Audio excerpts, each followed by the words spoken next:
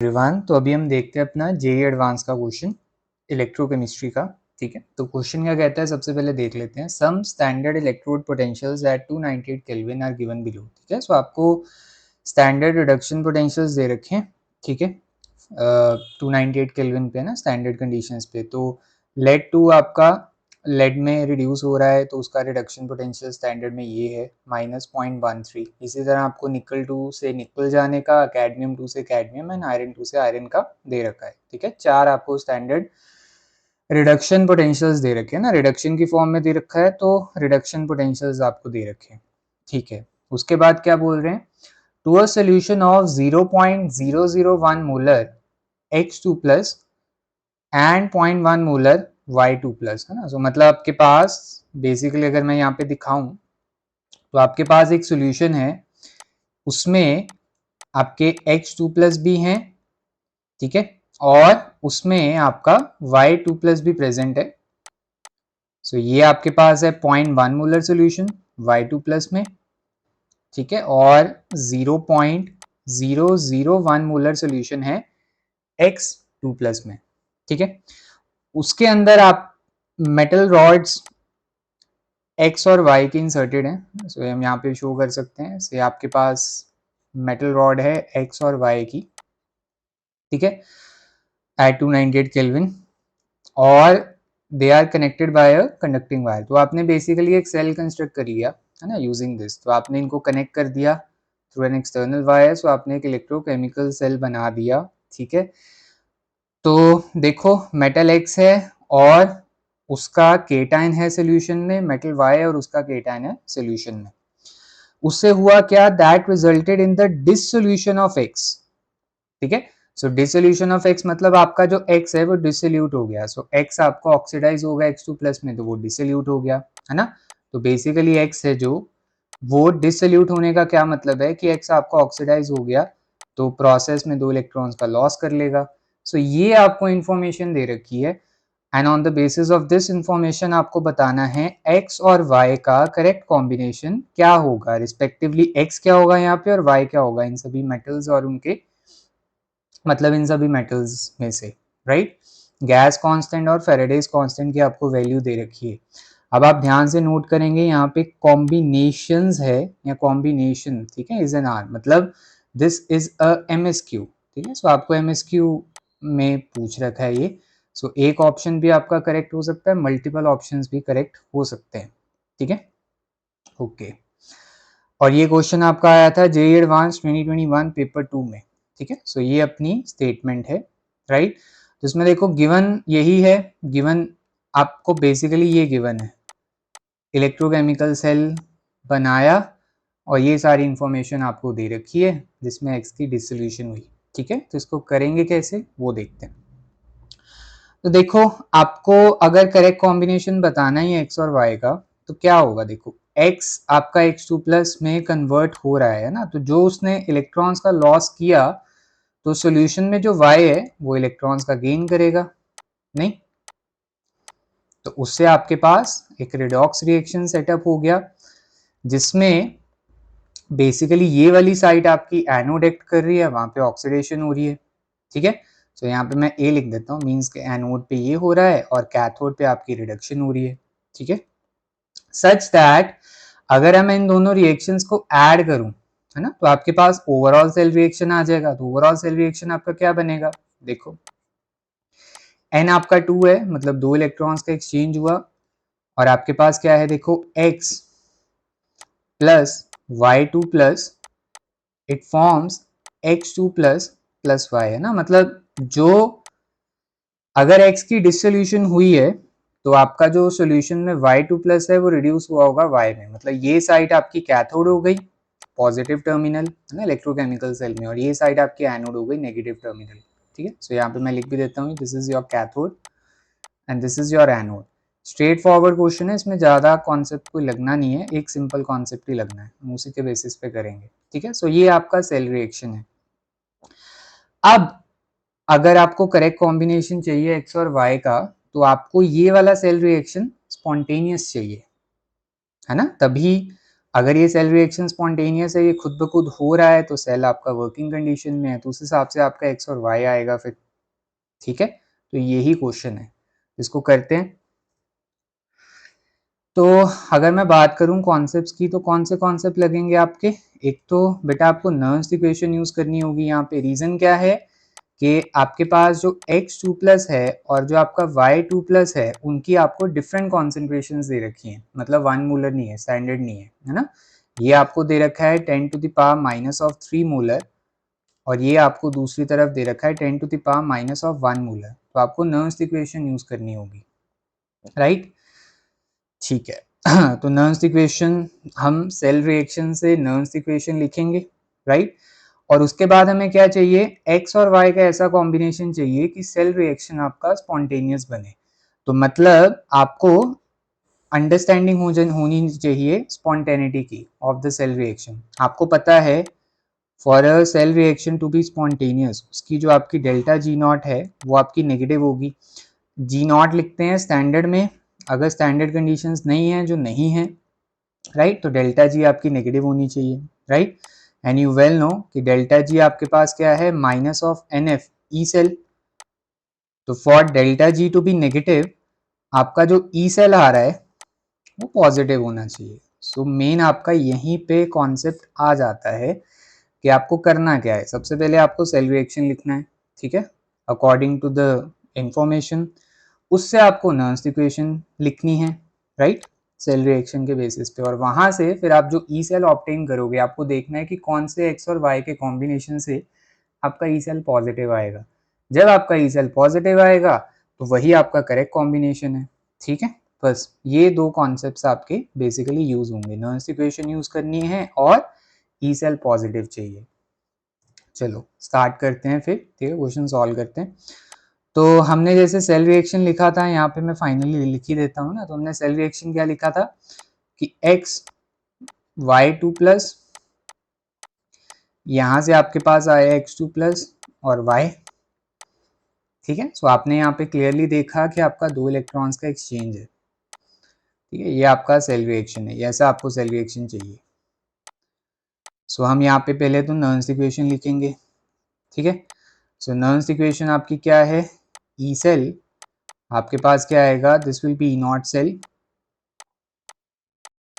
Minus, अब यहाँ पे होता है R T by n F factor, है ना। और अगर आप लॉग बेस 10 में लिखोगे तो क्या होता है यहाँ पे? 2.303 R T by n F वाला फैक्टर, राइट। और जब आपका टेम्परेचर यू ऑल नो अगर 298 केल्विन है, तो ये वाला फैक्टर क्या बन जाता है? दिस बिकम 0.0591, ठीक है, 298 kelvin. So divided by N.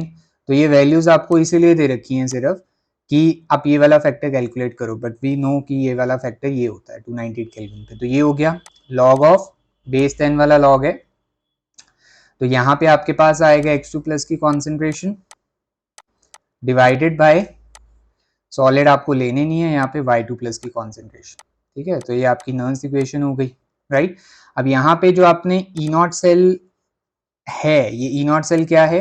ये ई नॉट सेल आपके पास है बेसिकली जो आपका स्टैंडर्ड रिडक्शन पोटेंशियल है at the cathode. So cathode पे आपके पास क्या है? y2 प्लस वाई में रिड्यूस हो रहा है ना। सो उसका स्टैंडर्ड रिडक्शन पोटेंशियल माइनस जो स्टैंडर्ड रिडक्शन पोटेंशियल है एनोड का। सो एनोड पे आपका x2 प्लस पे जा रहा था, तो यहाँ पे हम लिखेंगे ये चीज। तो बस इसके बेसिस पे आपको करना है, राइट। तो वही है, हम जो आपको पूछ रखे ना कॉम्बिनेशन, हर कॉम्बिनेशन के लिए बेटा हम यहाँ पे ई सेल फाइंड करेंगे। जिस केस में ई सेल पॉजिटिव आएगा वही कॉम्बिनेशन आपका करेक्ट है। तो करें फिर, पहला कॉम्बिनेशन क्या है? कैडमियम और निकल का, है ना। So let's do.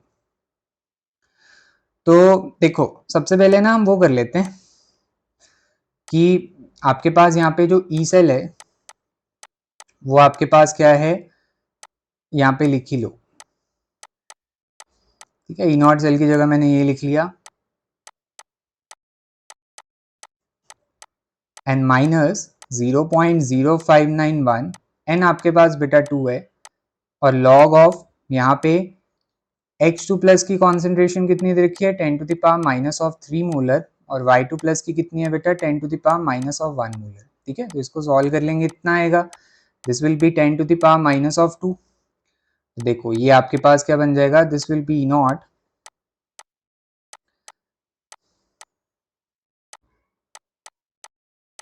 ठीक है। तो यहाँ पे आपके पास कितना आ गया, -0.0591 divided by 2, so it becomes, यहाँ पे देखो log of 10 to the power minus of 2।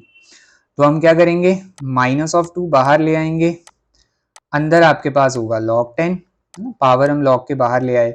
अब log 10 से ये बेस 10 वाला है तो ये 1 हो गया, ठीक है, log 10, और ये 2 इससे के साथ कैंसल आउट हो गया, माइनस माइनस आपका प्लस हो गया, सो ये हो गया ये चीज,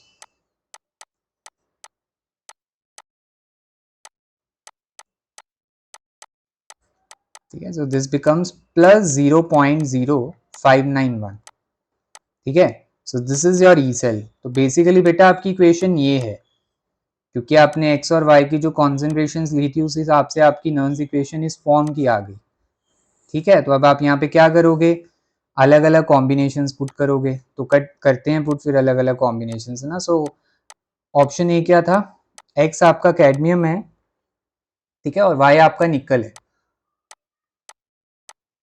सो वो पुट करते हैं वैल्यू, तो आपके पास यहाँ पे ई सेल कितना आएगा, दिस विल बी जो आपका ई नॉट है फ्रॉम निकल टू निकल। तो इसी तरह आपको सबका करना है, फटाफट हो जाएगा। और यहाँ पे आपके पास आएगा फ्रॉम कैडमियम टू कैडमियम, और यहाँ पे प्लस 0.0591, ठीक है। तो ये कितना हो गया, देखो आपको ये वाली वैल्यू दे रखी है माइनस ऑफ 0.24, ये आपके पास है माइनस ऑफ 0.4। तो देखो तो ये तो मेरा ऑलरेडी, देखो अगर ये फैक्टर ना भी होता तो ये ऑलरेडी मेरा पॉजिटिव में ही आता, तो यहाँ पे भी पॉजिटिव में ही आएगा। इसको आप सॉल्व करोगे तो आपके पास आंसर आएगा कितना, 0.2191 वोल्ट है ना। सो आपका ई सेल आया पॉजिटिव, सो ई सेल आपका पॉजिटिव आया, मींस कि ये वाला ऑप्शन तो आपका करेक्ट है, ठीक है। सो ए ऑप्शन आपका हो गया करेक्ट, राइट। उसी तरह बाकी ऑप्शंस भी हम सॉल्व कर लेते हैं, राइट, यहीं पे। तो आपके पास नेक्स्ट क्या है, जैसे अगर मैं बी की बात करूं, सो बी में आपके पास एक्स क्या है, कैडमियम, और वाई मेरे पास क्या है, आयरन, राइट। तो यहाँ पे निकाल लो फटाफट। सो ई सेल आपके पास कितना आएगा, this will be your E not iron 2 से आयरन